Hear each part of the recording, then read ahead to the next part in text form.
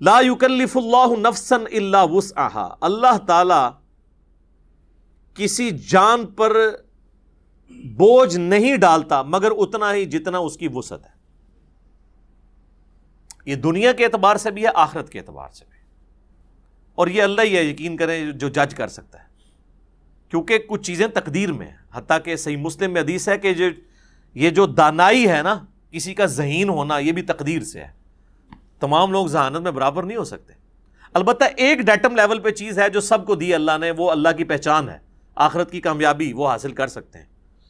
اس میں اگر کوئی پاگل ہے، اس سے تو ویسے ہی اللہ تعالیٰ نے قلم اٹھایا ہوا ہے. اس اعتبار سے سارے برابر ہیں. لیکن جو باقی جو صلاحیتیں ہیں، ظاہر ہے ہر بندے کو ڈیفرنٹ اللہ نے دی ہیں. تو اللہ یہ جج کر سکتا ہے کہ اس کو میں نے 100 نمبروں کی صلاحیت دی تھی، اس نے 70 حاصل کیے، یہ ناکام ہے. اس بیچارے کو صلاحیت ہی 50 کی دی تھی، اس نے 50 میں سے 50 حاصل کر لیے، اگرچہ 70 سے کم ہے، لیکن اس کی 100/100 ہے. اسی لیے کہا جاتا ہے کہ نیکیاں قیامت والے دن گنی نہیں جائیں گی، تولی جائیں گی. کسی شخص کی ایک نیکی کسی کے 1,00,000 نیکی کے برابر بھی ہو سکتی ہے، کیونکہ جو اسے اللہ نے شاکلہ دیا تھا. سورہ بنی اسرائیل میں سے کہا گیا نا کہ شاکلہ ہے، گیون سرکمسٹانسز، جو ماحول دیا گیا، کچھ چیزیں آپ کو تقدیر کے اعتبار سے دی گئیں، ظاہر ہے وہ تو آپ چینج نہیں کر سکتے. انہی حالات و واقعات میں آپ بیسٹ کتنا پرفارم کر سکتے تھے. لیکن یہ نہ ہو کہ کوئی شخص دنیا میں تو ماشاءاللہ بڑا تیز ہو اور دین کا معاملہ ہے کہ جی ہماری تو استطاعت ہی کوئی نہیں. جی بالکل ٹائم ہی نہیں ملتا. جی ٹائم سارا تو دنیا نو لایا، ٹائم تو کتوں لبے؟ فوٹو کاپی ہوندی ٹائم دی.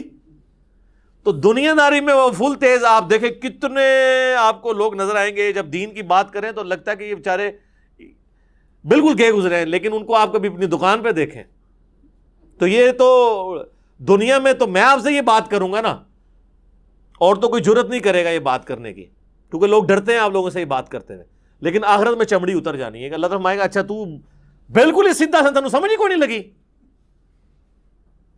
تو وہ اس کی وسعت کے مطابق، لہا ما کسبت وعلیہا مکتسبت، اسے اجر ملے گا اس کے کیے ہوئے نیک اعمال کا بھی، اور وبال بھی ہوگا جو اس نے برے اعمال کمائے ہیں.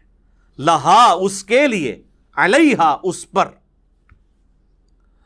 ربنا لا تؤاخذنا ان نسینا واخطأنا، آمین.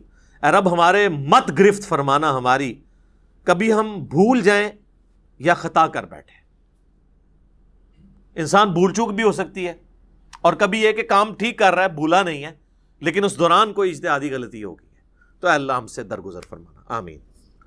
ربنا ولا تحمل علینا اصرا کما حملته علی الذین من قبلنا، اے رب ہم پر ایسا بوجھ نہ ڈالنا جس طرح کہ ہم سے جو اگلے لوگ گزر چکے ہیں، ہم سے پہلے جو گزرے، ہم پچھلے ہیں نا ان کے، وہ ہم سے پہلے یعنی آگے گزر چکے، اگلے روز اگلے جو لوگ گزر چکے ان پہ جو تو نے بوجھ ڈالا تھا ویسا ہم پہ نہ ڈالنا. اور قرآن میں بھی سورۃ العنکبوت کا سٹارٹ پڑھ لینا. اللہ تعالیٰ فرماتا ہے کہ کیا تم اس بات پہ چھوڑ دیے جاؤ گے کہ ایمان لے کر آئے اور تمہاری کوئی آزمائش نہیں ہوگی؟ ہم نے تم سے پہلے لوگوں کو بھی آزمایا تھا، تمہیں بھی ضرور آزمائیں گے. جو سورۃ البقرہ میں ہے وَلَنَبْلُوَنَّكُمْ بِشَيْءٍ مِّنَ الْخَوْفِ وَالْجُوعِ وَنَقْصٍ مِّنَ الْأَمْوَالِ وَالْأَنفُسِ وَالثَّمَرَاتِ، خوف سے آزمائیں گے، بھوک سے، جان اور مال میں نقصان کر کے آزمائیں گے، اور دیکھیں گے کون صبر کرنے والا ہے. ربنا ولا تحمل علينا اصرا كما حملته على الذين من قبلنا ربنا ولا تحملنا ما لا طاقة لنا به، اے رب ہم پر ایسا بوجھ نہ ڈالنا کہ جس کو لے کر ہم چل نہ سکیں. ایسا بوجھ نہ ہو، یعنی ہمارے معاملات بھی چلتے رہیں اور ہمیں جو شریعت کی پابندیاں ہیں اس کو بھی ہم ایگزیکیوٹ کرتے رہیں.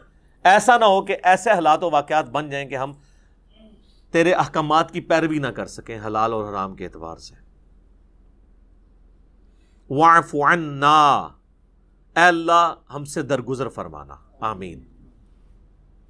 ویسے عفو کہتے ہیں ڈھیل دینے کو، چھوڑ دینا. واغفر لنا، اور ہمارے گناہوں کو ڈھانپ دینا، ہماری بخشش فرمانا. وارحمنا، اور ہم پر رحم فرمانا. انت مولانا، تو ہی ہمارا پشت پناہ ہے. حسبنا اللہ و نعم الوکیل، ہم نے اللہ پر بھروسہ کیا اور وہی بہتر کارساز ہے، وہی ہمیں کافی ہے۔